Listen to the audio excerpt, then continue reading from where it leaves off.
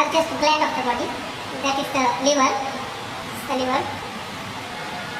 And this is the anatomical position of the liver. Only one border is very obvious, that is the inferior border. This is the inferior border, which is sharp. All other borders are blunt. And the surfaces of liver, when we hold in anatomical position, the top surface here is the superior surface, anterior surface in front, right surface here, then posterior surface here, and inferior surface here. All surfaces merge with one another smoothly. On the anterior surface of the liver, we find this falciform ligament.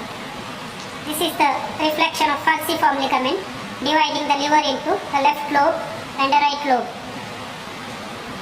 Then we have this ligament projecting from the liver.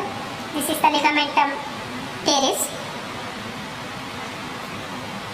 This is the fundus of the gallbladder that is projecting beyond the inferior border. And this is the superior surface, which is closely related to the diaphragm. Then above the diaphragm there is lung and heart and pericardium and pleura related to this. I turn it that way. This is the posterior surface of the liver.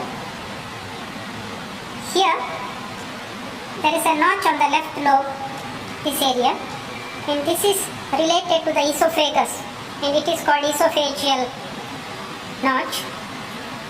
And next to the right of that, this lobe is called caudate lobe of the liver. And between caudate lobe and the left lobe, there is fissure for ligamentum venosum. This is the fissure for ligamentum venosum. And the lesser omentum starts from the depth of this. And on the right side of caudate lobe, we have the groove for inferior vena cava containing the inferior vena cava. This is the inferior vena cava situated in the groove for inferior vena cava. And if you turn this side and see, that is the upper end of the inferior vena cava. From here it will pierce the diaphragm and it will end in the right atrium after this. And you can see some veins opening into the inferior vena cava from the liver. These are the openings of hepatic veins. We have three major hepatic veins opening into the inferior vena cava. Then the area on the right side of the inferior vena cava, here, this triangular area is called bare area of the liver.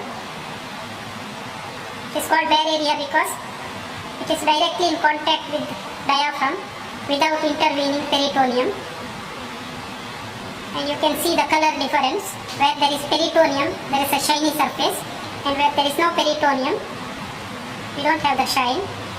This bare area is triangular, and the base is formed by the inferior vena cava or groove for inferior vena cava here, and upper margin is formed by the superior layer of coronary ligament, and lower margin or lower border is formed by inferior layer of coronary ligament, and the apex is here formed by the right triangular ligament.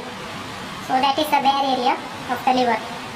This is the visceral surface or inferior surface of the liver. This is the left lobe. This is the quadrate lobe. Quadrate lobe is separated from the left lobe by the fissure for ligamentum teres. Fissure for ligamentum teres contains ligamentum teres. This is the ligamentum teres. This is the fissure for ligamentum venosum, which is in line with that of the fissure for ligamentum teres. Then on the right side of the quadrate lobe, here we have the fossa for gallbladder, and the gallbladder is situated in the fossa for gallbladder. Here we have pulled the gallbladder out from the fossa. So this is the fundus of the gallbladder here. This is the body of the gallbladder, and this is the neck of the gallbladder. Then the neck continues as the cystic duct. This is the cystic duct. This is the cystic duct. Okay, and this area is called porta hepatis. And porta hepatis is the area where structures enter the liver or leave the liver. And above the porta hepatis here we have the caudate lobe, and below the porta hepatis we have the quadrate lobe. And in the porta hepatis we have the portal vein. This is the portal vein. Portal vein lies anterior to the inferior vena cava. This is inferior vena cava. Portal vein is bit smaller than the inferior vena cava and separated from inferior vena cava by the caudate process. This is called caudate process, which separates inferior vena cava from the portal vein. Then anterior to portal vein we have the hepatic artery. This is the hepatic artery dividing into right and left branches at the porta hepatis. We can see the left branch here, and we can see the right branch here, which supply the respective lobes of the liver. And then we have the common hepatic duct here. This is the common hepatic duct formed by union of right and left hepatic ducts. And this common hepatic duct joins with cystic duct to form the bile duct. So this upper part is common hepatic duct. This is the cystic duct. This is the bile duct. Then the area on the right side of the gallbladder, this area is related to the right kidney. This is the renal area, which is related to the right kidney. And the area below that, here, this area is related to right colic flexure. This part is related to right colic flexure. And the area here, that is related to the duodenum. So we have three areas on the right side of gallbladder. One related to the duodenum, one related to the right kidney, and one related to the hepatic flexure of colon.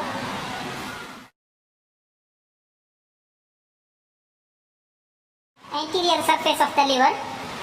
This is the left lobe. This is the right lobe. Separated by falciform ligament. This is the cut end of falciform ligament. Then we have the posterior surface here. On the posterior surface, we have the esophageal notch here. Then we have the caudate lobe. We have the bare area. Then groove for inferior vena cava, having the inferior vena cava. Opening into that, we have the hepatic veins. These are the hepatic veins. Then there is a fissure here called fissure for ligamentum venosum between the caudate lobe and the left lobe. This area is called porta hepatis, which has portal vein,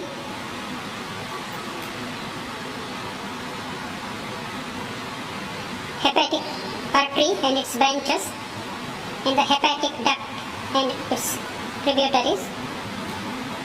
This is the cystic duct. This is the gallbladder. Here is the neck of the bladder. Here is the body of the gallbladder, and this is the fundus of the gallbladder.